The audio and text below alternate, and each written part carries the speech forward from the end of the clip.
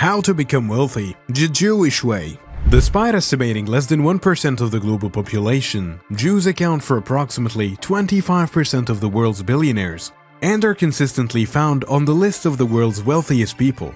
139 of the Forbes 400 were Jewish in 2009. These billionaire folks also make a sizable proportion of history's most significant figures, people who have had profound impact on humanity. These individuals have received approximately 35% of the Nobel Prizes. That's quite significant too. No other ethnic group has come close to matching Jews' abilities and achievements. Because Jews make up such a large percentage of the world's wealthiest and most successful people, the common question is, why are so many Jews so freaking wealthy? A lot of the richest Jews adhere to a code based on Judaism. Yet this is not the source of their success. Instead, their success can be attributed to their tenacity. Fantastic to have joined us at Econify, and I sincerely hope you enjoy watching all of our videos. If you like our videos, please subscribe to our channel. We love to hear your views and comments. So, feel free to comment on our videos below. If you want to be notified whenever we post a new video, just click on the bell icon right there. This video will explore Jewish approaches to making money and being wealthy. Alright fellas, let's get things started. There are numerous methods for generating wealth. However, many are fleeting, unsatisfying, or dangerous.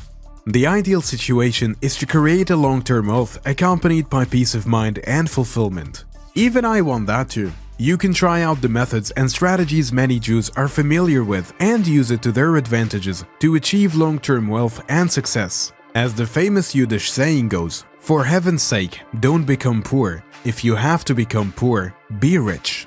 That's an excellent advice for anyone to take by heart, especially for Jewish business people and entrepreneurs. After all, they are very good at making money and keeping it. The first and most important thing is to work hard on money, the Jewish way. Everyone's heard that, but not everyone does it.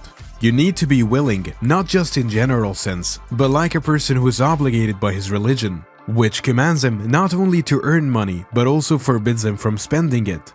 Now this means that one should earn as much as possible and spend less than one deserves. People should permanently save at least 10% of their earnings for charity. And if you have been blessed with success, then it's your obligation and your joy to share your wealth with those less fortunate than yourself. However, this is more than just fulfilling the dictates of tradition. There is another reason Jews feel obligated to give back. One reason that people don't help each other out or support each other as much as they should is that they are scared of becoming dependent on someone else for what might seem like an indefinite period. They don't want anyone to depend on anyone else for too long. They wish to get back and stand on their own 2 feet and contribute in some way that they can all flourish together. Give and invest.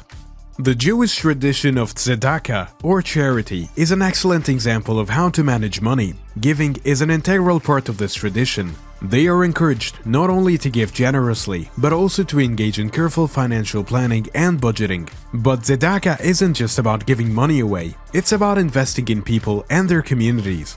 The principle of tikkun olam, repairing the world, means that everyone's responsible for making the world better for others by looking at problems and issues affecting someone else and trying to fix them. Now that doesn't mean donating once and never looking back, but constantly working to improve things as you go through life, so that your actions are continually adding value. And when you get wealthy doing something good like making music, you use your wealth wisely so that your fame inspires other musicians to do what they love instead of what pays well and create something beautiful. Be honest. So, you want to be rich? Well, it's not easy. The Jewish people have a long history of dealing with money and becoming wealthy with honesty.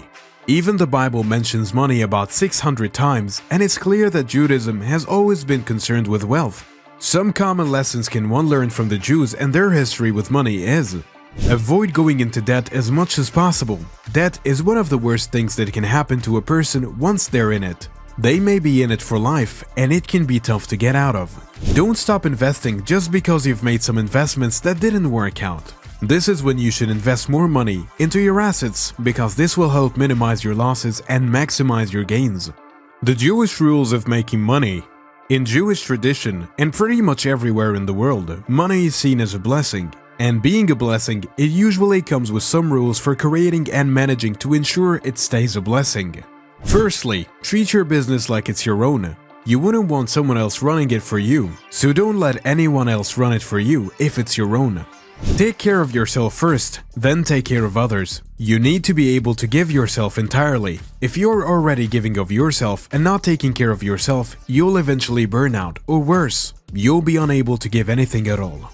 Don't worry whether people will approve or not, do what feels right to you, and you won't regret it later. Your conscience will tell you what to do.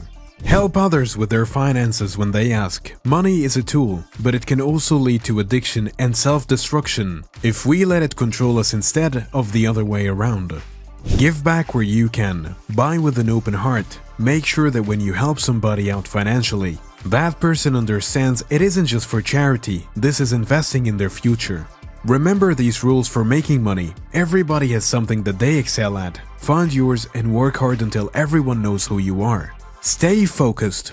There are many ways the Jewish make money, and one tip that has been around for thousands of years is staying focused. One thing that can be important is what you invest in. If you've got a lot of money, it's wise to invest in something with high risk and high reward. That can help you grow your wealth quickly, but it also means there is a chance it could all go away just as fast, more like 50-50. The older ones are more secure with their wealth, so this investment might not be for them. It might be better for younger people who want to start building their wealth early on, or those who are worried about how long they'll live and want to ensure they've saved enough money no matter what happens later in life. But the most crucial thing is always to stay focused. Jews' source of income. Jews were not supposed to take interest on loans, so they had two options: borrow money at an excessive rate or put their money into the business. The latter is what allowed the Jews over time to accumulate wealth by reinvesting profits and adding other people's money and labor. What's more, Jews were prohibited from charging interest on loans, which meant that all the accumulated wealth was theirs. Forgiveness is part of Jews making money. It is how they have ever lived. Even when they have been wronged, their ideas and beliefs are mocked and challenged daily. And even when the world seemed intent on destruction, they must live a life with grace, dignity, and respect.